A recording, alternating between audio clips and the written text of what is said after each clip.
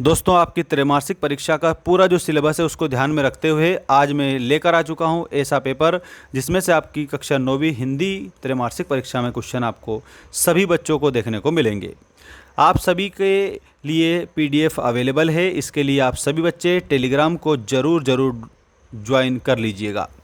आज यहाँ पर जो मैं बता रहा हूँ आप कॉपी में नोट कर लेना और फिर पेपर में देखना, यथावत आपको देखने को मिलेंगे क्योंकि ये इंपॉर्टेंट चीज़ें हैं और 100% आने वाला है। चलिए स्टार्ट करते हैं पहले क्वेश्चन से। सही विकल्प चुनकर लिखिएगा। पहला प्रश्न है, रसखान किस काल के कवि हैं? काल का मतलब होता है समय। रसखान दोस्तों आपको याद रखना है भक्ति काल के कवि हैं और भक्ति काल में भी ये कृष्ण भक्ति धारा के कवि हैं क्योंकि इन्होंने भगवान कृष्ण की भक्ति की थी। कवि को कोयल से ईर्ष्या होती है क्योंकि कोयल कैसी है? तो कोयल स्वतंत्र है, इसलिए कवि को कोयल से ईर्ष्या होती है, स्वतंत्र है इस कारण से। नेक्स्ट देखिएगा, पाहुन जो आए हों में अलंकार है। तो पाहुन जो आए हो, तो इसमें अलंकार आपको बताना है और वो हो जाएगा उत्प्रेक्षा अलंकार। कौन सा अलंकार? उत्प्रेक्षा अलंकार। इसके बाद में नेक्स्ट क्वेश्चन देखिएगा, पंत जी कवि हैं। प्रसाद पंत निराला और महादेवी वर्मा ये सब छायावाद के कवि हैं। तो आपको मैं एक बात बताता हूँ, ध्यान रखना। प्रसाद पंत और इसके अलावा निराला और महादेवी वर्मा ये छायावाद के कवि हैं।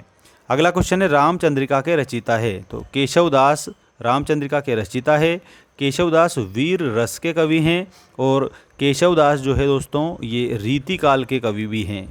रीति काल के कवि हैं और इन्होंने जो रचना लिखी है इसका नाम है रामचंद्रिका। अगला प्रश्न देखेंगे, निर्गुण भक्ति धारा को विभाजित किया गया है। तो निर्गुण भक्ति धारा को दो भागों में विभाजित किया है।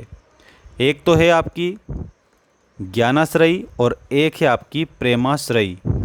इस तरीके से दो भागों में इसको विभाजित किया है। किसको? निर्गुण भक्ति धारा को। अब आप देखिएगा, रिक्त स्थानों की पूर्ति कीजिए वाला क्वेश्चन और सारे आंसर मैं आपको बता रहा हूँ। पीडीएफ आपको हमारे ऐप पर मिल जाएगा। पीडीएफ आप सभी बच्चे प्राप्त कर सकते हैं ऐप को डाउनलोड करने के जस्ट बाद में। क्लास 9th में आपको इनरोल होना है जिसमें 6 सब्जेक्ट के पीडीएफ मिल जाएंगे। देखिए, रिक्त स्थानों में पहला, किसने वात्सल्य का कोना कोना झांका है? तो वात्सल्य रस के जो सम्राट हैं वो हैं सूरदास। अगला प्रश्न है, दो बेलों की कथा कहानी के माध्यम से लेखक भारतीय लोगों को दिखाना चाहते हैं। तो दोस्तों भारतीय जो लोग हैं उनको दो बेलों की कथा के माध्यम से परतंत्रता दिखाना चाहते हैं। क्या दिखाना चाहते हैं? परतंत्रता। जीवन शैली का अर्थ है। जीवन शैली का अर्थ क्या होता है? जीने का तरीका। इसमें आपको याद रखना है, जीने का तरीका। प्रेमचंद के फटे जूते एक निबंध है। किस प्रकार का निबंध है? तो व्यंग्यपूर्ण निबंध है। व्यंग किया गया है इस पर, ठीक है, व्यंग्यपूर्ण, ठीक है, ऐसे आपको लिखना है इसमें। नेक्स्ट है, एकांकी की रचना है। एकांकी एक अंक की रचना है। एक अंक। रीढ़ की हड्डी की रचना है। रीढ़ की हड्डी किसकी रचना है? जगदीश चंद्र माथुर की रचना है। जगदीश चंद्र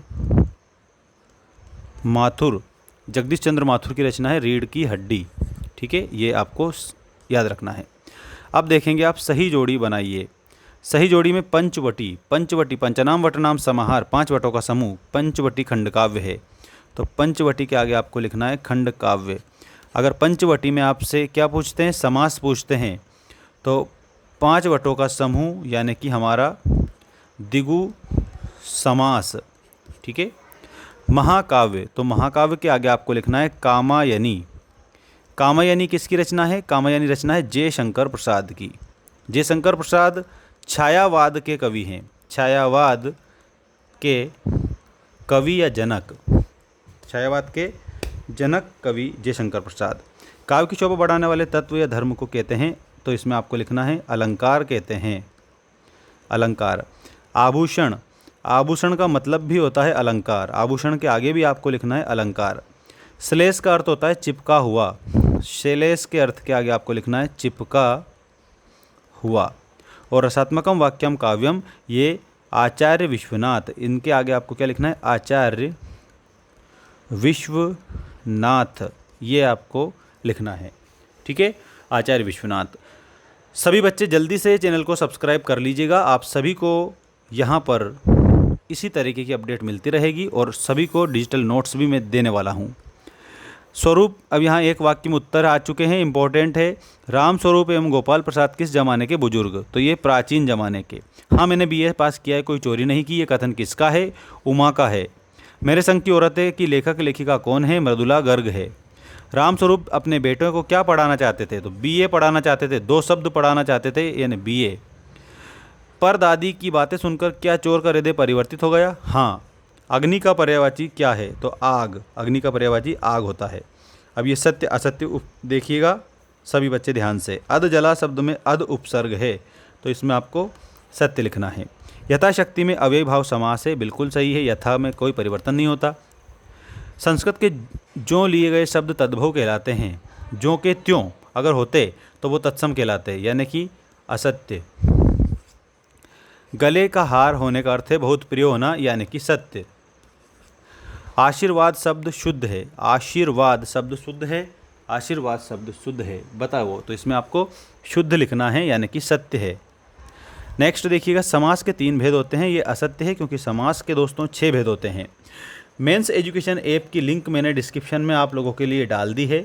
आप सभी को एक काम करना है, ऐप को डाउनलोड करना है और डाउनलोड करने के बाद में उसमें इनरोल हो जाना है कक्षा 9वीं वाले कोर्स में, और वहाँ पर आपको सब बच्चों को PDF मिलेगा। मैंने 9th का सिर्फ एक ही कोर्स बना रखा है, उसमें लिख रखा है क्लास 9th ऑल सब्जेक्ट। तो उसमें मैं आप लोगों के ऑल सब्जेक्ट के PDF और वीडियोस, जो इंपॉर्टेंट वीडियोस है वो डालता रहूँगा।